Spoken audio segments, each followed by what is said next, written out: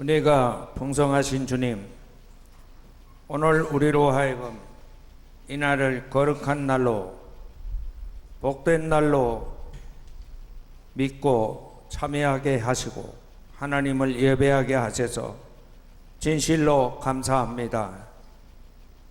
이것이 우리의 믿음의 결과요, 하나님의 부르심의 은초인 줄로 믿고 진심으로 찬양과 존귀와 영광을 주님께 돌리옵나이다. 주여, 하늘에 계시지 아니하시고 이 땅에 임재하셔서 인간을 구원하시기를 기뻐하시는 주여, 오늘 이 예배에 임재해 주시옵소서. 그래서 사람들이만 모여서 축제를 벌이는 예배가 아니고 하나님을 경배하며 하나님의 뜻을 실천하기를 다짐하며 받은 바 은혜를 감사하며 기뻐하는 예배가 되게 축복해 주옵소서. 우리들이 자양자지하지 않게 하시고 항상 주님을 따라 주의 가르침대로 살아가서 주께서 의롭다 하시고 주님의 형상으로 새롭게 거듭나게 해 주시옵소서.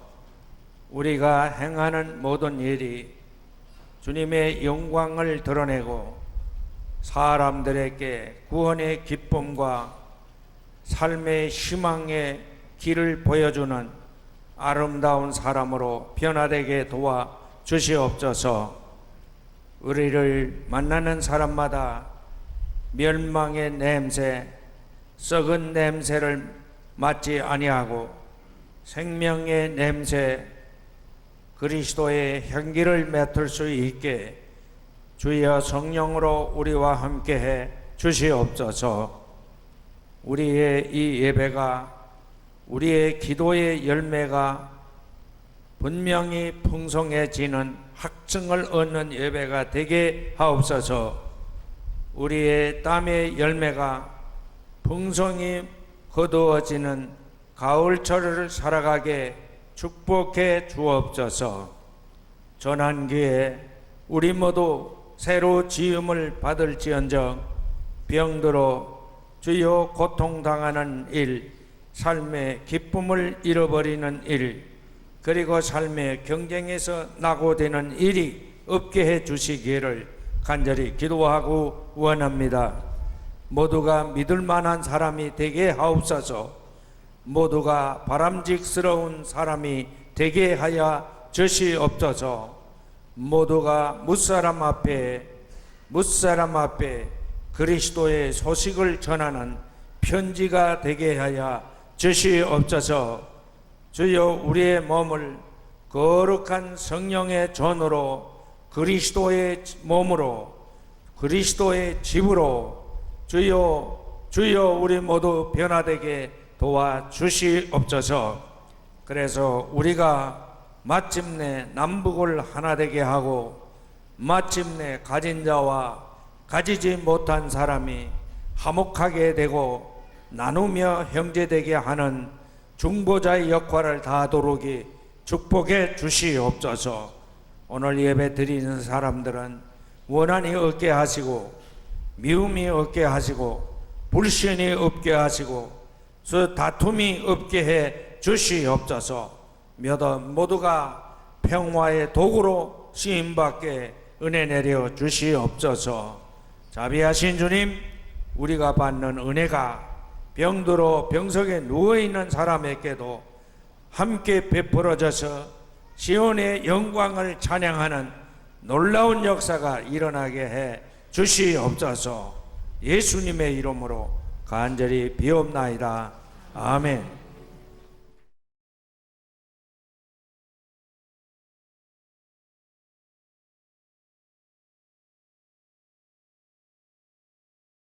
지금은 가을철에 접어들었습니다.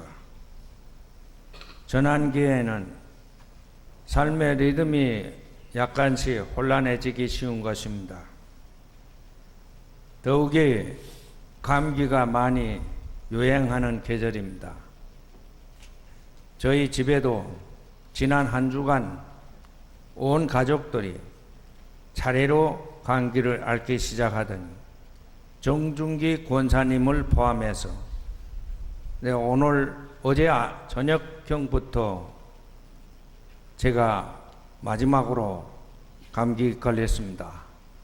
여러분, 감기 걸려서 이 풍성한 가을철을 고통스럽게 그리고 흔들거리며 사는 불행을 겪지 않게 되기를 바랍니다. 오늘은 예수님과 그의 반대자들이 벌인 논쟁에 관해서 설교하려고 합니다. 예수님의 반대자들은 유대인의 정통 분자들인 율법학자들과 바리새인들이었습니다.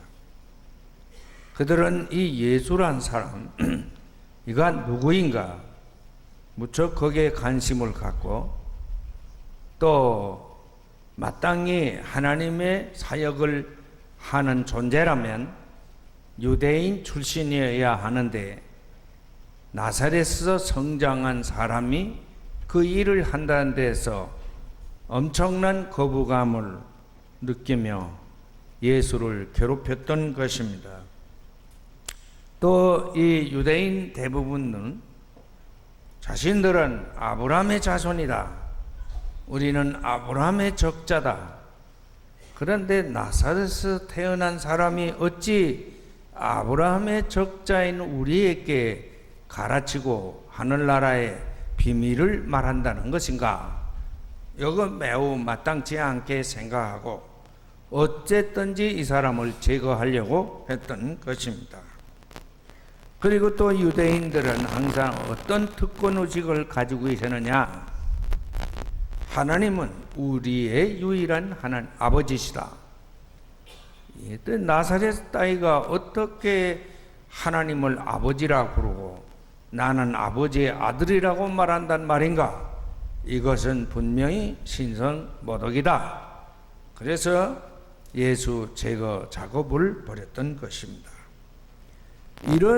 이런 풍토 속에 살아가는 유대인들을 향해서 예수님이 이렇게 말씀했습니다. 요한복음 8장 39절 40절에 있는 말씀입니다. 너희가 아브라함의 자손이라면 아브라함이 한 것처럼 하여라.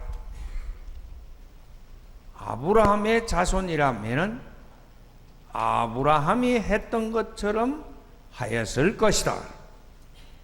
그러나 지금 너희는 하나님께서 들은 진리를 너희에게 말해주는 나를 죽이려고 한다. 그러니 너희를 보고 어떻게 아브라함의 자손이라고 말한다는 것인가? 아브라함, 우리가 너무나 잘 아는 분이죠. 창세기 12장에서는 아브라함이 자기 부모와 더불어 살던 태어났던 그것을 갈대아 우르를 떠나서 가나안 땅으로 옮겨오는데 이것은 자신들이 미국으로 이민 가서 좀 잘 살아보겠다, 자녀들 교육을 좀 잘 시켜보겠다, 그런 동기가 아니죠. 아브라함은 하나님의 명을 따라서 그 일을 했습니다. 그는 하나님의 소리를 듣고 그렇게 한 것입니다. 너는 내가 살고 있는 땅과 너희 아버지의 집을 떠나서 내가 보여준 땅으로 가거라. 내가 너로 큰 민족이 되게 하고 너에게 복을 주어서 내가 크게 이름을 떨치게 하겠다. 우리는 성경 이야기할 때는 출애굽 이야기를 많이 합니다. 아브라함의 출애굽, 이것은 바로 갈대 우르를 떠나 가나안에 온 것입니다. 그가 가나안에 옴으로써 우리가 소위 말하는 오늘의 서구 문명을 이룩한 그리스 문명과 그와 같이 서로 연합해 가면서 절충해 가면서 오늘의 유럽을 형성해낸 히브리 문명이라는 것이, 그 히브리 문명을 만들어낸 사람이 바로 아브라함인 것입니다. 창세기 22장 하나님께서 말씀하셨다. 너희 아들, 네가 사랑하는 이 아들 이삭을 데리고 모리아 땅으로 가거라. 내가 너에게 일러주는 산에서 그를 번제물로 바쳐라. 하나밖에 없는 이 아들을 하나님은 주시고, 그리고 아브라함더러 그것을 번제물로 바치라. 아브라함은 너무나 기가 막힌 일이었지만 하나님의 말씀이었기 때문에 그렇게 믿고 그런 아들을 바칠 채비를 했습니다. 그때 아브라함은 야훼 이레라는 체험을 했습니다. 아무도 그전에는 그런 체험한 일 없습니다. 이 장기천에도 1999년 이른 아침에는 너도 99년의 인생 계획을 세웠습니다. 그리고 살아오려고 애를 써왔습니다.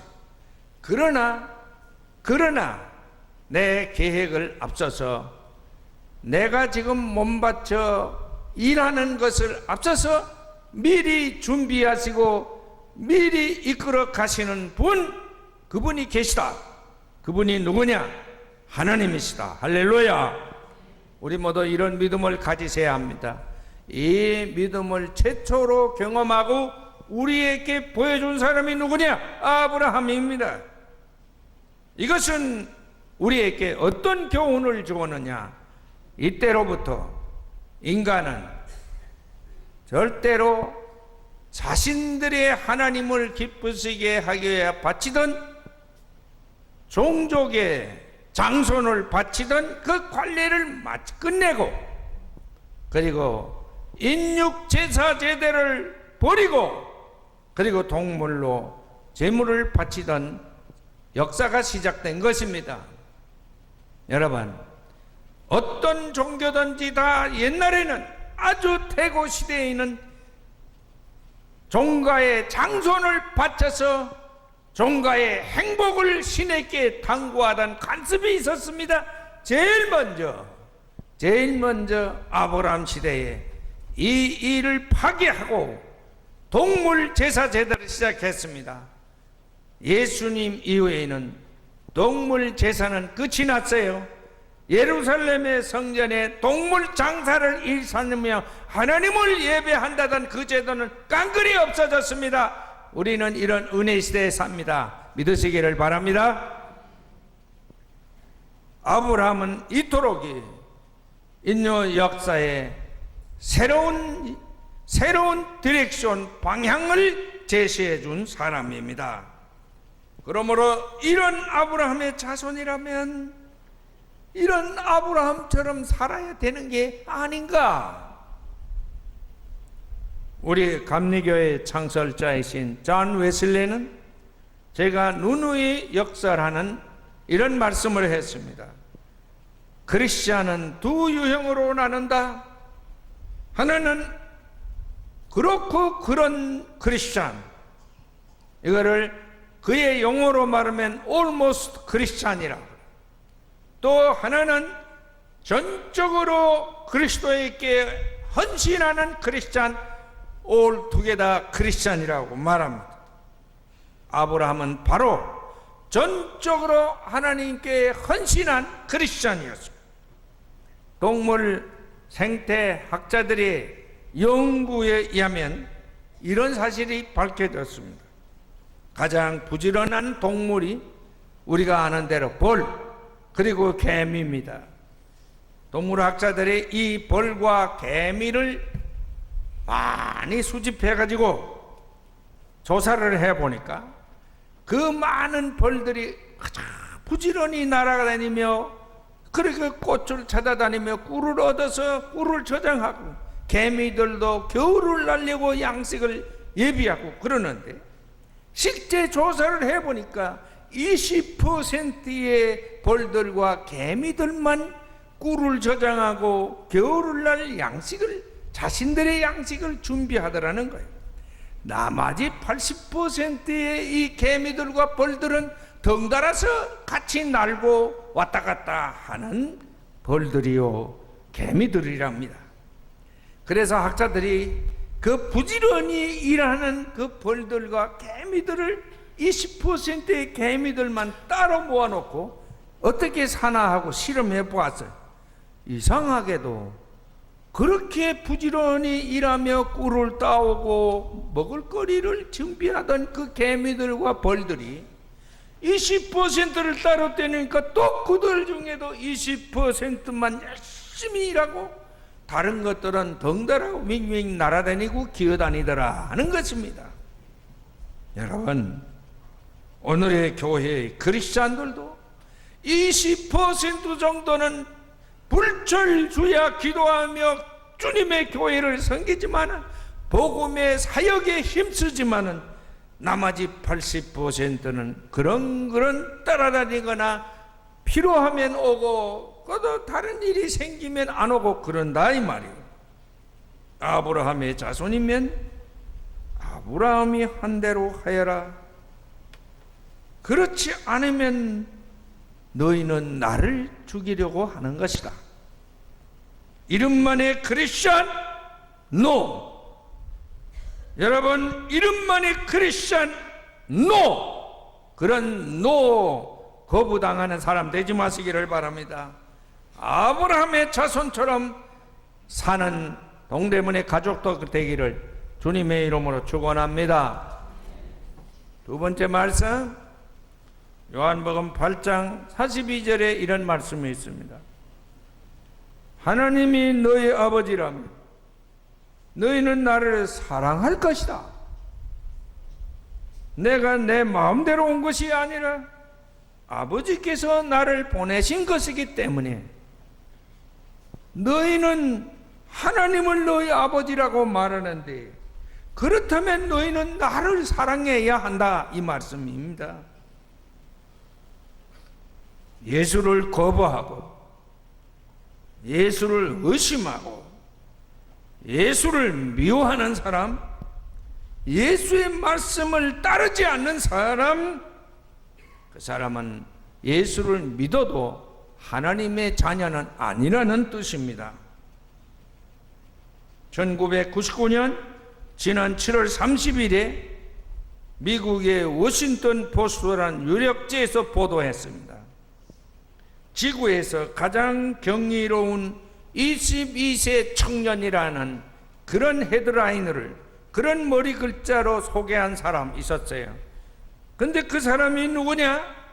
재미 교포인 22살짜리 데니 서라 하는 청년이었습니다. 피플이라는 잡지에는 세계에서 가장 아름다운 50인 가운데 이 청년을 소개했습니다. 마침내 미국에 있는 엘바이트 슈바이처 인간 존엄상 수여 기관에서 이 청년에게, 22살짜리 이 청년에게 인간 존엄상을 수여했습니다. 99년도 수상자로 추천을 하고 수여를 했습니다. 이 청년이 어떤 청년인가? 우리나라 신문에도 보도되었습니다. 12살 때에 한 닭장을 찾아갔습니다. 미국의 닭장은 굉장히 많은, 굉장한 그런 닭들을 배양하는 그런 닭장입니다. 우리나라 사람들도 저 미국 워싱턴 근처에 있는 버지니아, 그 버지니아에는 거기엔 엄청난 규모의 닭장이 있는데, 거기 노동자로 취업해서 가면 누구든지 다 영주권을 얻을 수가 있습니다. 1년만 일하면 영주권 받습니다. 그래서 멀쩡한 사람들의 다 두드려 부시고 거기 가는 사람 많이 있어요. 이 어린 학생, 12살밖에 안 되는 어린 학생이 그 닭장을 가서 보고 난 뒤에 그는 거기에서 너무나 어린 마음이지만 충격을 받고 환경운동 단체를 조직하기 시작했어요. 12살짜리가. 그래 오늘에 이르기까지 2만 명의 회원을 확보하며 지구를 구하려는 환경운동을 전개했는데, 이 어린아이가 하는 일이 얼마나 믿음직스럽고 얼마나 사람들에게 감동적인 역사를 불러일으켰던지 알바이트 슈바이처 인간 존엄상을 수여하게 된 것입니다. 인간 존엄상 위원회는 데니 서의 인격과 그의 활동을 믿고 그에게 상을 베푼 것입니다. 믿음이 없으면 아무리 큰 일을 하여도, 아무리 몸바쳐 헌신적으로 일해도 사람들은 불신합니다. 거부합니다. 미워합니다. 지금 우리나라의 대통령이 바로 그런 처지에 놓여 있지요. 많이 일하는 것 같은데 왜 그런지 그 사람이 하는 일을 믿지를 않아. 그 사람이 하는 것은 거부해. 심지어 미워하는 사람까지 너무너무 많아. 이것이 불식되지 아니하나는 우리 이 땅에서 누가 대통령이 되든지 일이 이루어지지를 않습니다. 예수는 누구십니까? 우리는 예수는 말씀이 육시된 하나님이라고 믿습니까? 믿습니까? 우리 모두 이런 믿음을 가져야 합니다. 예수는 누굽니까? 나를 구원해 주신 구속자입니다. 예수는 누구이십니까? 우리의 부활이십니다. 할렐루야. 하나님의 자손이면 하나님의 자손다웁게 살아야 합니다. 아브라함의 자손은 아브라함이 했던 것처럼 해야 합니다. 우리 모두 이런 믿음을 회복하고 살아가는 그런 사회를 창출해 가기를 바랍니다. 세 번째는 요한복음 8장 47절에 있는 말씀입니다. 하나님께로부터 난 사람은 하나님의 말씀을 듣는다.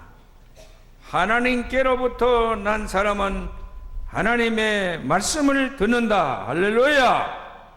그러므로 너희가 듣지 않는 것은 하나님께로부터 나지 않았기 때문이다. 이 시간 하나님의 말씀을 나는 듣는 사람인가 듣지 않는 사람인가 스스로에게 물어보시기를 바랍니다.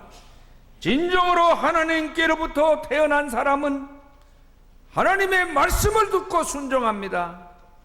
그러나 혈과 육의 모태에서 태어난 그대로의 사람은 하나님 말씀을 듣지도 아니하고 행하지도 않습니다. 나는 어느 쪽입니까? 아담과 하와는 하나님의 말씀을 들었습니다.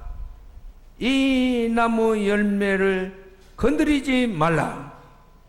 그러나 그는 그 말씀에 복종하지 않았습니다. 그들은 에덴을 빼앗겼습니다. 가룟 유다는 예수님의 12 사도 가운데 한 사람이었지요. 그는 하나님의 말씀을 수없이 들었습니다.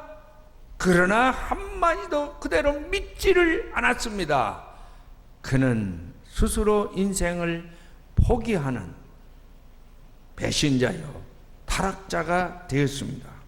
그러나 여러분, 우리가 성경에서 아는 대로 요셉과 마리아는 정혼한 젊은이였으나 어느 날 갑자기 여인이 아기를 잉태해서 자연히 그들은 파혼할 수밖에 없었습니다.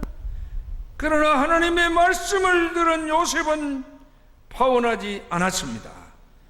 마침내 인류의 구세주 육신이 되어 오신 하나님을 잉태하는 하나님을 이 세상에 태어나게 한 부모가 된 것입니다.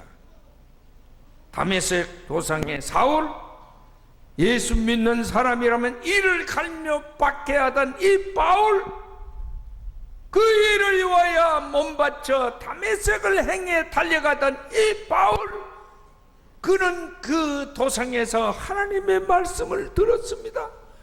그렇기 때문에 그는 자신의 과거를 청산하고 자기 목숨을 주님을 위하여 희생의 제물로 바쳤습니다. 나는 누구입니까? 지금 여러분 자신에게 물어보세요. 나는 누구인가? 하나님께로부터 난 자인가? 그래서 예수를 사랑하고 있는가? 하나님의 말씀을 듣고 있는가? 물어보시기를 바랍니다. 나는 여러분의 목사입니다. 여러분이 여러분의 부모님께서 혈과 육의 모태에서 태어난 여러분을 하나님께서 태어난 사람으로 양육하는 책임을 맡은 사람입니다. 내가 여러분에게 권면합니다. 나는 주님의 이름으로 여러분에게 권면합니다. 하나님의 말씀을 듣고 행하는 사람 되시기를 주의 이름으로 축원합니다.